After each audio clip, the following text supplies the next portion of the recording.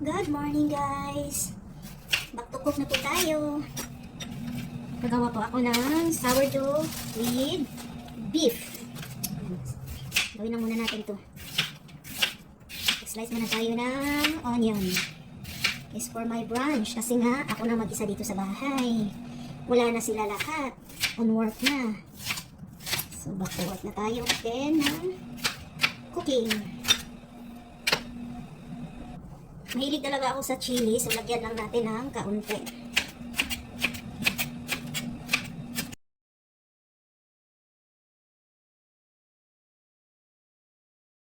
Kayo, gawan nyo ng paraan.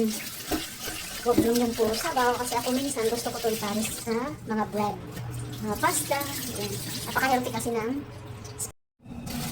Here's the sourdough. Kuha lang tayo ng dalawa. Lagyan natin ng butter. Tapos, ito-toast natin to siya. Okay.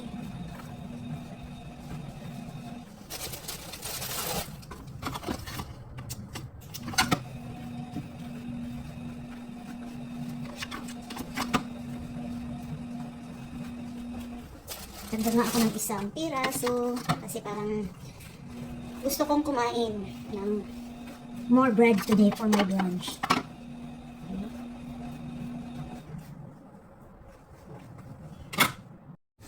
Here's our sourdough, toasted sourdough, dodo. So, kailangan natin mag-toasted ng isa pa. Here's the sourdough, already toasted. So, gawin na natin. Just like this. Wala kasi akong cream cheese, guys, eh. Sarap sana kung may cream cheese. Just like that. This is very heavy France diet, guys, kasi beef na po ito. Ayan. Just lay.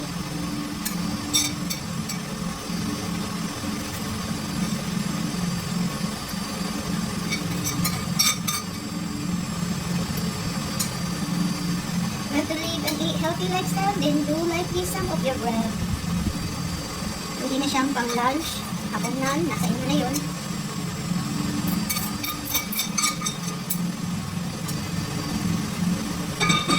Okay.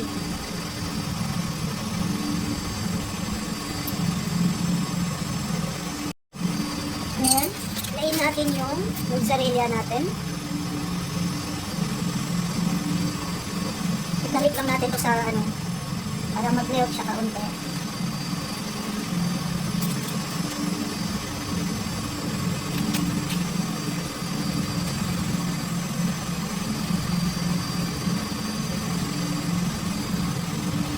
Wala na rin akong sarili, hindi na rin siya ingat.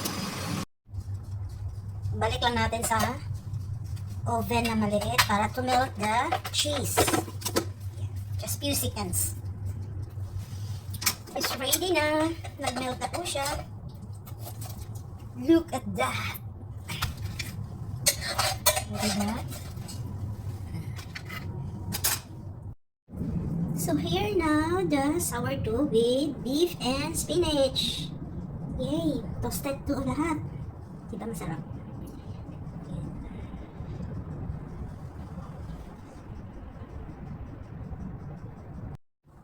Kain tayo. Sarap nito is my brunch. And with pineapple drinks. Kain tayo. Sarap nito is my brunch. And with pineapple drinks.